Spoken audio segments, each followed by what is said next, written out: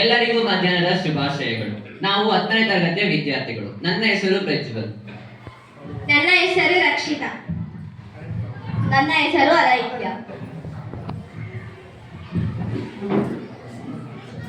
ಇಂದಿನ ವರ್ಷ ನಾನು ಇಷ್ಟು ಪಟಾಕಿಗಳನ್ನು ಹೊಡೆದಿದ್ದೆ. ನಾನು ಸಹ ಇಂದಿನ ವರ್ಷ ಇಷ್ಟು ಪಟಾಕಿಗಳನ್ನು ಹೊಡೆದಿದ್ದೆ. ಈ ಬಾರಿ ನಾನು ಇನ್ನೂ ಜಾಸ್ತಿ ಪಟಾಕಿಗಳನ್ನು ಹೊಡೆಯುತ್ತೇನೆ. ಇವನಕ್ಕೆ ಹೇಗೆ ಕೂತಿದ್ದಾನೆ? ನಡಿ ಅವನಿಗೆ ಕೇಳೋಣ. ಅಣ್ಣ, ನೀನು ಯಾಕೆ ಪಟಾಕಿ ಹೊಡೆಯೋದಿಲ್ಲ? ನಾನು ಪಟಾಕಿ ಹೊಡೆಯೋದಿಲ್ಲ. ಈ ಬಾರಿ ನಾನು ಗ್ರೀನ್ ದೀಪಾವಳಿ ಆಚರಿಸುತ್ತೇನೆ. ಗ್ರೀನ್ ದೀಪಾವಳಿ ಹೇಗೆ ಆಚರಿಸುತ್ತೀಯಾ? ಗ್ರೀನ್ ದೀಪಾವಳಿ ಎಂದರೆ ಏಕೋ ಫ್ರೆಂಡ್ಲಿ ದೀಪಾವಳಿ. ಪರಿಸರಕ್ಕೆ ಯಾವುದೇ ರೀತಿ ತೊಂದರೆ ಮಾಡುವುದಿಲ್ಲ. ಎಂತಹ ತೊಂದರೆ? ನಡಿ ತೋರಿಸುತ್ತೇನೆ.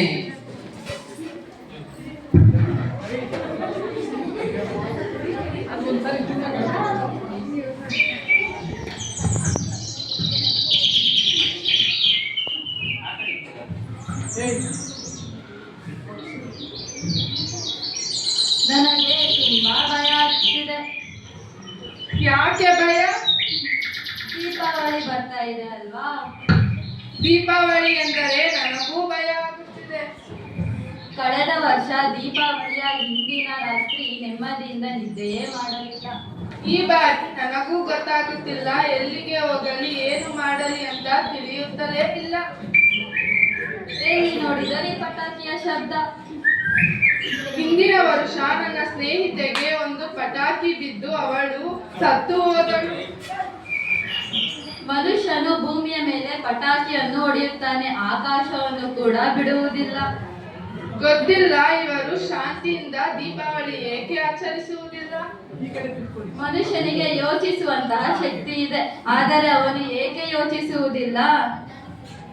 ಮಿಠಾಯಿ ತಿನ್ನಿ, ನೃತ್ಯ ಮಾಡಿ, ದೀಪ ಹಚ್ಚಿ, ಆದರೆ ಪಟಾಕಿ ಹೊಡೆಯಬೇಡಿ.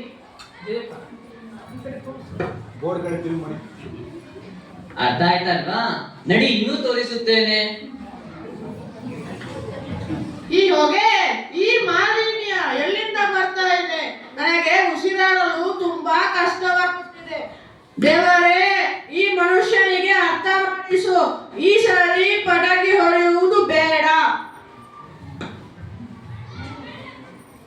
ಅರ್ಥ ಆಯ್ತಲ್ವಾ? ನಡಿ ಇನ್ನೂ ತೋರಿಸುತ್ತೇನೆ.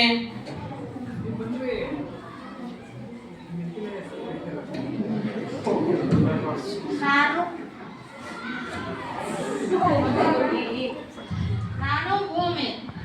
ಎಲ್ಲಿಂದ ಬರುತ್ತಿದೆ ಈ ಹೊಗೆ? ಎಲ್ಲಿಂದ ಬರುತ್ತಿದೆ ಈ ಶಬ್ದ? ಈ ಮನುಷ್ಯ ನನ್ನನ್ನು ನಾಶ ಮಾಡುತ್ತಿದ್ದಾನೆ. ಇವತ್ತು ದೀಪಾವಳಿ ಎಂದರೆ ಕೇವಲ ಶಬ್ದ ಹೊಗೆಯಿಂದ ಕೂಡಿದೆ.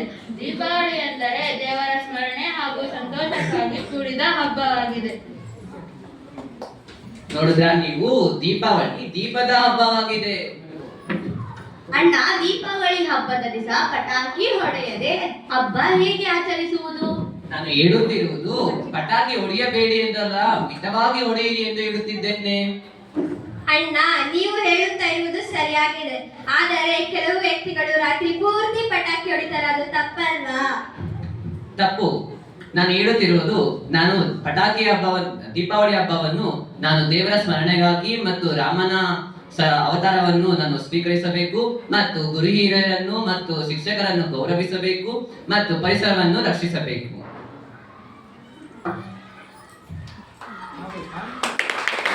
ಎಲ್ಲರಿಗೂ ಆರ್ಥಿಕ ಶುಭಾಶಯಗಳು.